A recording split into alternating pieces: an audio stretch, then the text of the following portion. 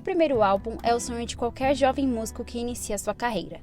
Para Nicolas Farias e Lai Guimarães, o disco Tatarana marca este momento com o apoio da Proec e The Cult. Recém-formados em música na Unicamp, eles contam sobre o processo de criação, as inspirações e os desafios que enfrentaram até aqui.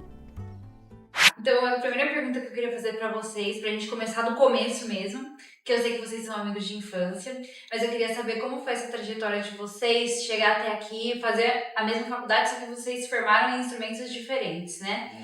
Então, como que foi isso e por que o nome do Tatarana? Tá, legal.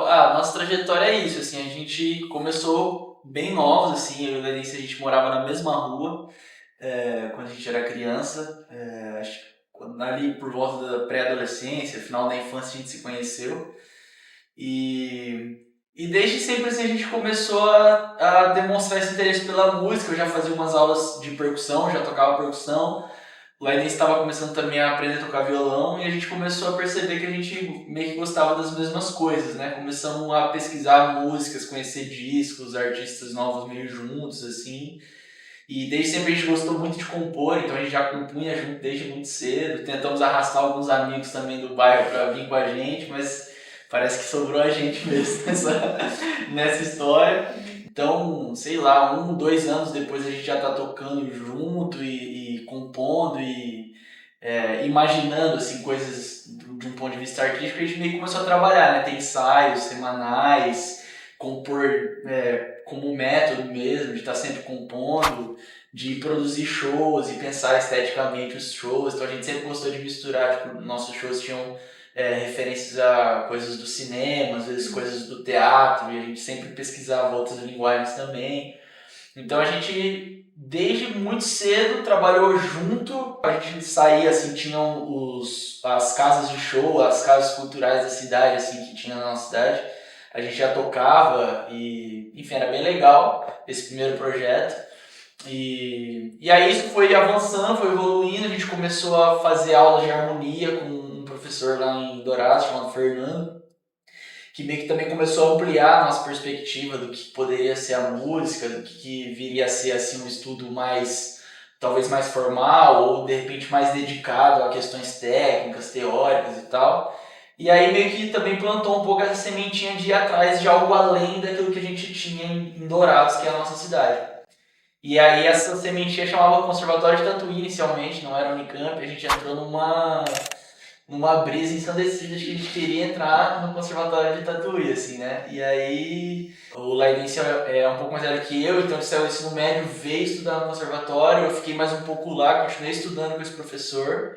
Aí chegou na minha vez, eu prestei o conservatório e prestei também o Unicamp para ver o que acontecia, se dava certo. Rolaram as duas coisas. Aí eu vim também para cá, para o estado de São Paulo, só que morando aqui em Campinas e o Laís morava em Tatuí. Nesse período, dessa diferença de idade, a gente ficou um pouco mais separados, estudando cada um a sua maneira, né, da sua forma. Só que aí 1 ano depois de eu ter vindo para Campinas, o Laís também passou aqui na Unicamp e a gente continuou fazendo as duas formações juntas. Ele veio morar aqui. Estourou a pandemia, só que à distância, durante a pandemia a gente começou a então fomentar esse novo projeto. Quer dizer, a gente tinha uma trajetória de vários anos, aí a gente se separou por um tempinho, e aí agora a gente estava voltando. E aí volta com o do Tatarana, né? Volta nesse novo momento assim da vida e nessa nova fase, mais maduros também e tudo mais. Não só pessoalmente, mas musicalmente falando também. E acho que de lá pra cá, assim, foi uma caminhada bem consolidada mesmo, de se profissionalizar, de melhorar, de compor mais e melhor dentro daquelas nossas percepções do que pode ser, né, melhorar. E, enfim, marcando show, concorrendo em edital, a gente conseguiu ganhar alguns editais também, que viabilizaram também os primeiros projetos, e aí a gente chega finalmente nessa conquista, né, de um sonho mesmo de infância, assim, de criança, de molequinho mesmo, que era gravar um disco, assim. Então, assim, resumidamente, mas não tão resumidamente, é isso. Já que a gente tá aqui, eu não poderia falar tudo. Não, pode falar tudo. Sobrou o nome. Mas aí pode falar. O nome é que a gente, é isso, a gente já toca há bastante tempo junto, né? Desde o nosso primeiro momento assim, de amizade, a gente já também foi muito através da música. Então, nós já tivemos outros nomes também. Já tinha sonho de fazer banda com os amigos e tal. Mas... E aí, quando teve esse momento, esse hiato, vamos dizer assim, que a gente estava morando em cidades diferentes, a gente ficava pensando que no momento que a gente fosse encontrar, a gente voltaria a tocar, né? Mas aí quando isso aconteceu mesmo, a gente pensou, não, vamos começar aqui, demarcar um recomeço, assim, vamos agora, sei lá, escolher um nome novo e por aí vai. E é muito difícil escolher nome, Nossa, então a gente ficou assim, pensamos muito e tal, mas era uma época que a gente estava... tinha acabado de ler O Grande Sertão Veredas, o Nicolas tinha lido, e aí eu também li, e a gente estava bastante assim, influenciado pela história e tal, por essa estética também. E aí a gente acabou optando por Tatarana, que é o nome do personagem principal, né? E isso acabou refletindo bastante também. Agora nas músicas que a gente gravou no álbum, isso está bem presente, a influência do Guimarães Rosa, né? E principalmente do Grande Sertão Veredas. Então acabou... Foi até interessante que foi quase que sem querer a gente acabou percebendo várias influências dentro das músicas, assim, mesmo que quase que espontaneamente, né? Quase sem pensar. Zurum, zuzum, do babaile, oba. Tem que fique com zanga, tem quem tente puxar.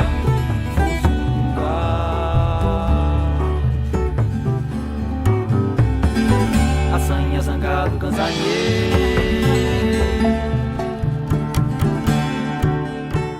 Quais são as influências musicais, não só musicais, né, mas vocês citaram um pouco de literatura, de arte, enfim, que vocês aplicam hoje no trabalho de vocês, que vocês usaram para criar essa trajetória que vocês têm hoje? Essa pergunta é infinita, né? A resposta e a pergunta, porque dá pra falar muita coisa, assim. Olha, assim, eu vou falar em níveis musicais, a gente gosta muito de música popular brasileira. Acho que do ponto de vista estético é aquilo com o qual nosso som mais parece, assim. Mas a gente escuta, assim, muita coisa nacional, e o Ledez principalmente é um cara fuçado, assim, conhece de tudo. Você perguntar de qualquer coisa pra ele provavelmente já vai ter ouvido falar, já vai ter conhecido. Então tem coisas internacionais também que acabam aparecendo, principalmente agora nessa coisa da produção, a gente vai buscar algumas referências, né, de pós-produção, às vezes de pré-produção, às vezes de arranjo que estão, né, em referências internacionais, mas assim, do ponto de vista estético, a principal coisa era a música popular brasileira e a música instrumental brasileira, né, que a gente ouviu muito, a primeira fase do Tatarana, assim, o primeiro ano, tinha um enfoque bastante também na música instrumental. Que a gente estava entrando nas coisas de música também, bem assim, focados nessa coisa do instrumento, o estudo mais técnico do instrumento, então ele se influenciou bastante por uma... Esses nomes importantes certamente influenciaram a gente no Nascimento, na Naná Vasconcelos, Edu Lobo, Tom Jobim, esses caras têm uma forte influência pra gente. João Bosco, Aldir Blanc, que acho que assim, são também dois parceiros marcantes assim, na história da música popular brasileira, e de alguma forma a gente divide, né, algumas semelhanças assim, no modo de compor, de pensar.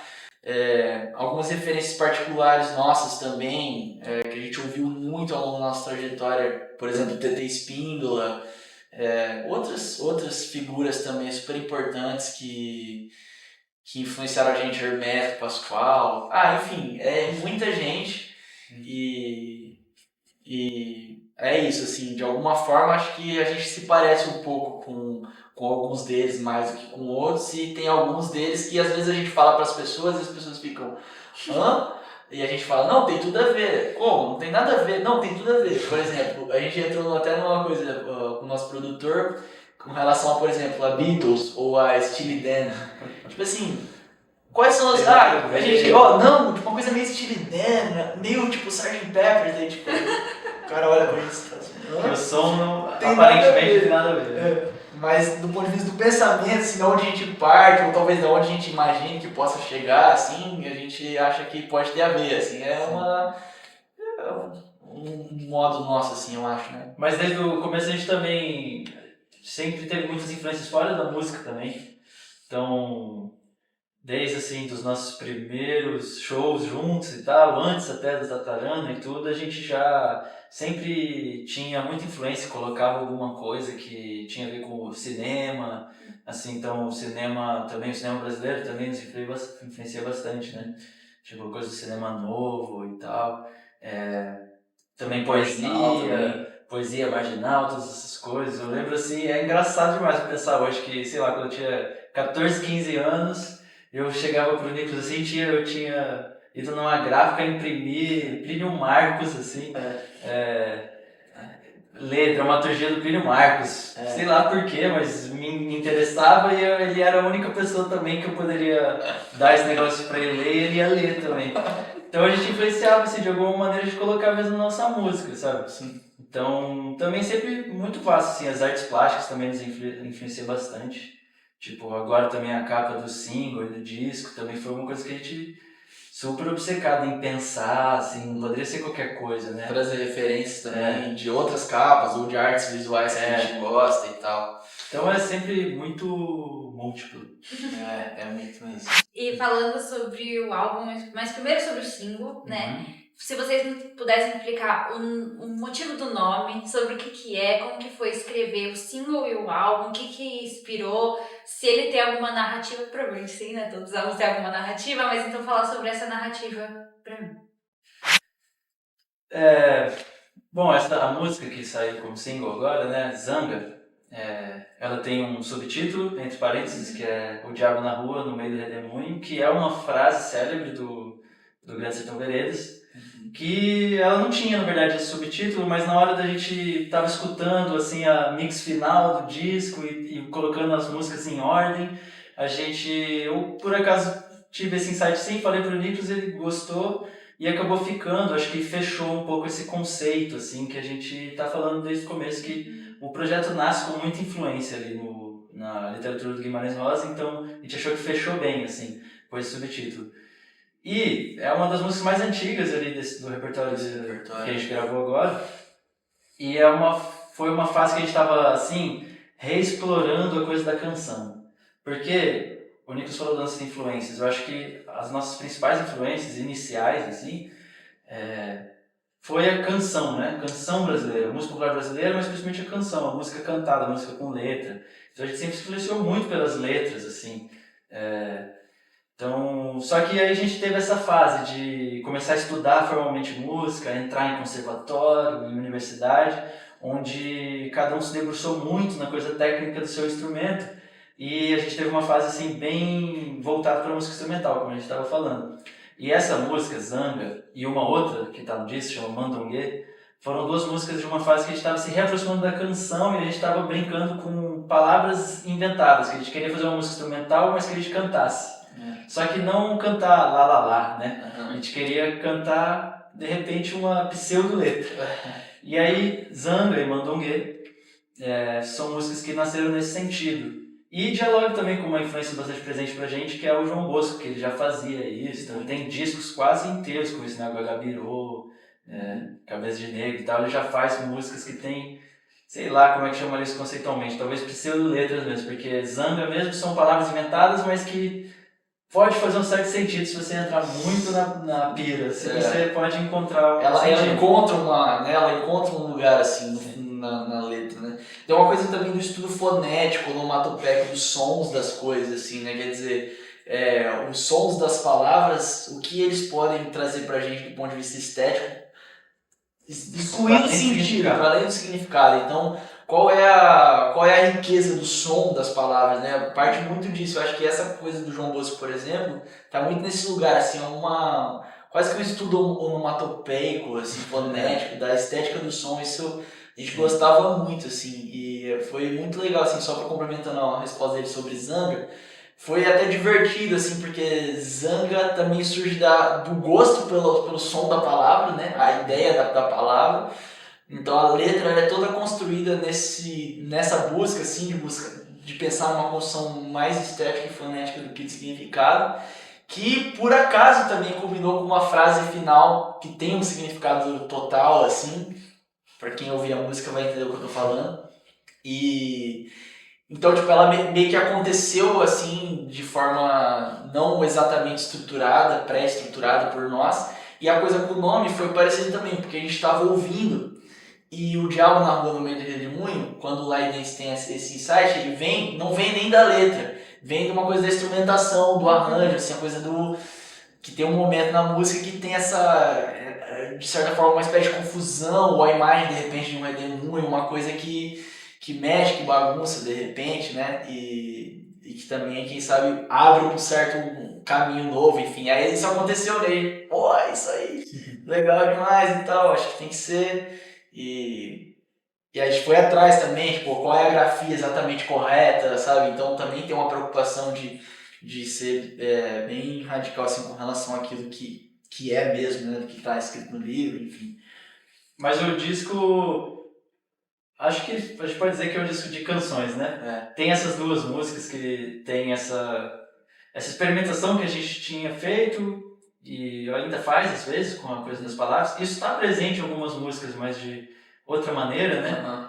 Mas as outras faixas, elas são canções, assim, com não pseudo-letras, mas letras.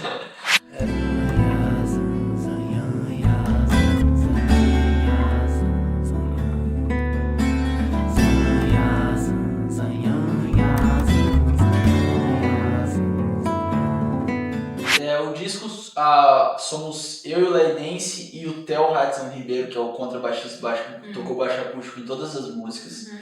E além de nós três, tem a Renata Alves e o André Cegolin, que são uma cantora e um cantor parceiros nossos, que já trabalham com a gente há um tempo, têm feito shows com nós e tal. E eles cantaram em uma música, eles fizeram solaram, que é Memórias do Rio, e também fizeram coro com a gente em outras 3 músicas, que são Herança de Guiné, Bagulejo e Tapa. Então, o disco tem nós 5, assim, mas em todas as 8 faixas, essa banda base, que é eu, o Laidense e o Theo, que é voz, violão, percussão e contrabaixo.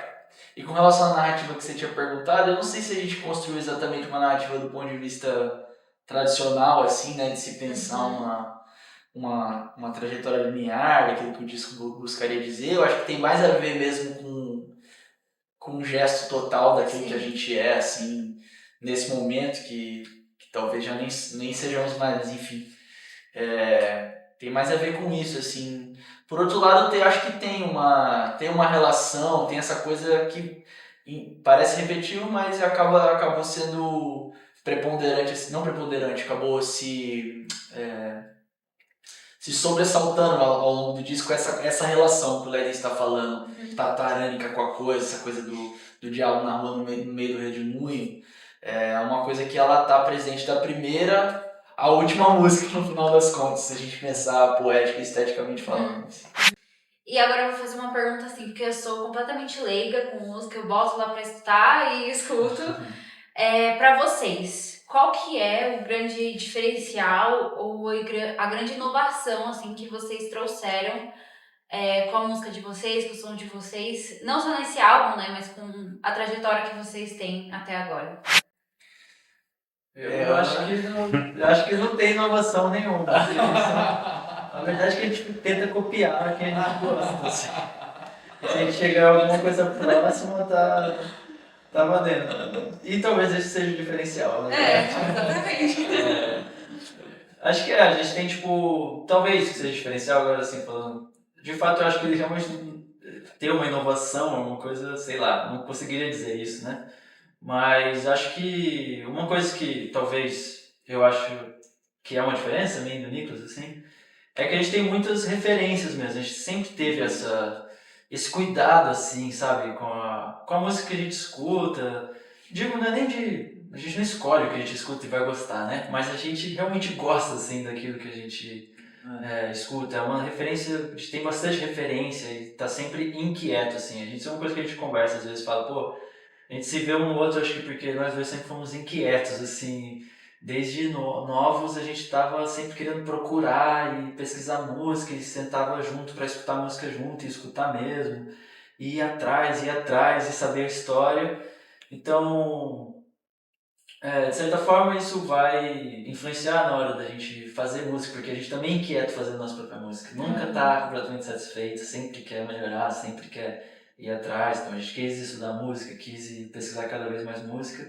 E quando a gente tá fazendo, para compor, a gente também tá sempre procurando aquele acorde que falta ainda, tá sempre procurando aquele, putz, aqui tá aquela palavra, a gente fica às vezes debatendo palavras assim um tempão.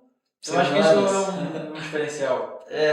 Eu acho que assim, uma coisa que eu acho muito legal assim na gente, para não entrar assim não, né, nessa coisa da inovação, de querer trazer pra gente assim uma coisa de sermos inovadores e tal, acho que uma coisa que caminha junto com isso que o Larry está falando, é que a gente tem bastante convicção.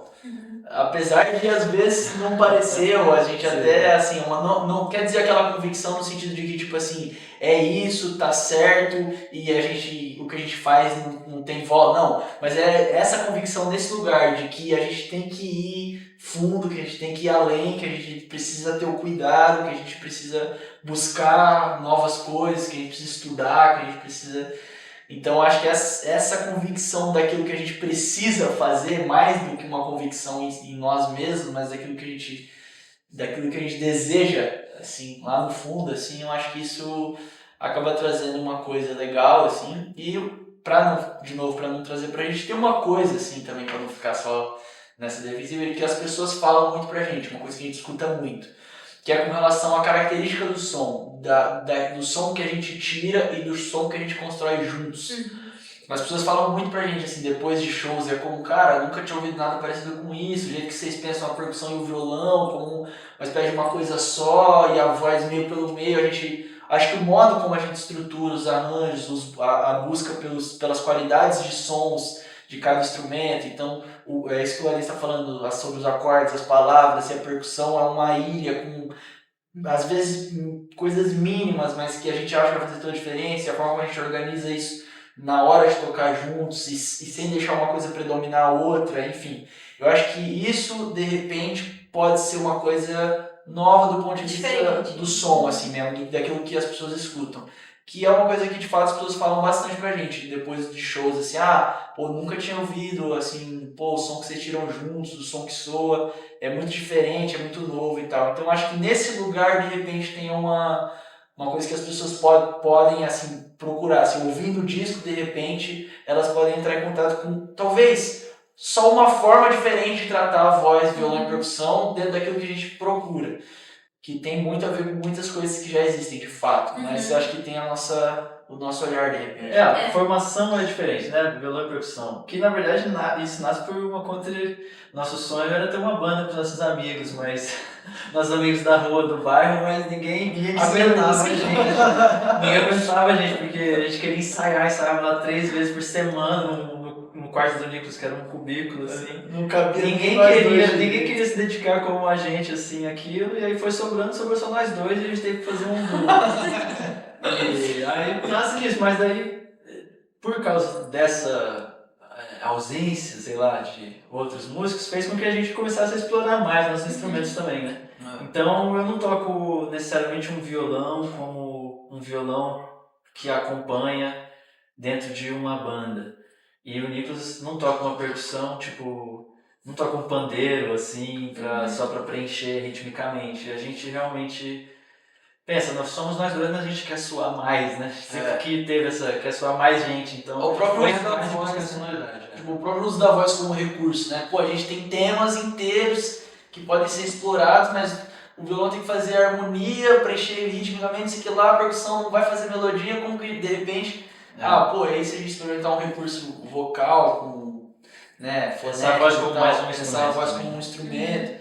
Então também vem desse lugar, assim, desse desafio de sermos só nós dois. Mas tanto é a nossa vontade, a gente gravou o disco com 3 mais 2, 5 pessoas envolvidas na banda, fora toda a equipe. Sim. Né? Mas tudo já estava feito ali, a gente já fazia entre nós dois, então os arranjos acabaram só seguindo a lógica que a gente já fazia em duo com outras pessoas. Assim, a gente não... Se a gente fosse arranjar do zero, a gente nunca tivesse tocado essas músicas e fosse arranjar para uma formação de quinteto, que foi o que a gente gravou, acho que o resultado seria diferente. Aí os nossos amigos e músicos convidados, eles se adaptaram ali à nossa maneira de tocar, que Sim. a gente já vinha... Foi uma escolha, né? Uma opção, assim. Talvez pro próximo a gente pense diferente, mas para esse agora surge o disco, as músicas, os arranjos todos surgem a partir do duo, né? E pra vocês, como que é, assim, tocar em público? Porque eu vi que vocês já tocaram no Castro Mendes, né? Então, como que é fazer show? Como que é essa experiência? O que vocês mais gostam dessa parte? Olha, eu gosto de tocar mesmo, é muito bom assim, né? O show, ele acho que é assim, é um evento, assim, um acontecimento gratificante, porque a gente pode entrar em contato diretamente com o público, né? Isso não deixa de ser gratificante. E no caso, né, da performance ao vivo, ela é uma coisa que acontece ali naquele momento, né? A gente grava e tal, registra, mas a performance ao vivo faz parte de um acontecimento, assim. E estar lá nesse acontecimento, assim, tocando, eu acho que é o mais legal, assim, a sensação de estar dentro de um universo muito particular, assim, de um mundo que faz parte só quem tá ali, assim. E isso é uma coisa que eu gosto muito, assim. Então, sempre tem aquelas coisas de ter um friozinho na barriga, dependendo do lugar, se é um lugar novo, né? Se tem muita gente. Sempre dá um negocinho diferente, que também às vezes vira um estímulo também pra gente tocar. Não deixa de ser um desafio, porque também o nosso repertório não é fácil, é desafiador pra gente também, pra tocar assim ao vivo. Então, acho que é uma espécie de oportunidade também, assim, de poder não só tocar, mas entrar em contato com outras pessoas, ampliar nossas redes. Mas pra mim, assim, falando por mim, fundamentalmente é poder estar tocando, assim, que é o que é mais gostoso. Eu acho que eu fico um pouco mais nervoso do que o Nicolas, mas é sempre bom, né? Sempre bom quando dá certo, quando a gente toca bem, assim, é legal. Não, mas é sempre gratificante tocar ao vivo, é uma adrenalina, assim, né? Por mais que tenha um nervosismo, óbvio, mas gravar também dá um nervosismo, às vezes pior ainda. Mas é legal, assim, ainda mais a gente poder tocar as nossas próprias músicas, assim, e a gente tem uma afinidade também, isso é uma coisa que as pessoas também falam muito quando nos veem tocando. Porque a gente se conhece já, sei lá, muito tempo, desde a infância, assim, conhece as famílias um do outro, já convive mesmo. Então a gente tem uma afinidade no palco, assim, tipo, tem uma segurança um no outro, assim, a gente tem uma comunicação que a gente já estabeleceu por tanto tempo juntos, então a gente consegue se comunicar ali no palco, é sempre interessante, assim, é um momento também de intimidade ali nossa, que a gente tem a intimidade com o nosso som que a gente está fazendo e um com o outro também. Então, tipo, pra vocês, assim, qual que foi a importância desse edital? Como que foi o processo de participar dele, ganhar, né? Enfim, conseguir realizar esse sonho? Foi de importância total, porque a gente não conseguiria fazer se não fosse esse edital, né? E a gente está assim, já há muito tempo que a gente escreve projetos, já conseguimos aprovar, mas aqui, principalmente aqui no estado de São Paulo, é muito difícil a gente aprovar um projeto assim, sem a gente nunca ter lançado nada antes, né? Até agora. Sim. Por mais que a gente sempre está se inscrevendo, a gente sabe que as chances muitas vezes são remotas, infelizmente, assim, porque a lógica dos editais muitas vezes é mais de exclusão do que de inclusão. Então a concorrência é muito grande, são poucas vagas, às vezes os editais são grandes demais, mas não tem oportunidade de editais um pouco menores para artistas um pouco com menos experiência, assim. Então esse edital da PROEC e da Decult foi uma oportunidade assim, que a gente teve. E a primeira oportunidade de a gente conseguir financiar um trabalho como esse, assim, que era uma realização de um sonho mesmo. O Zanga tem que puxar.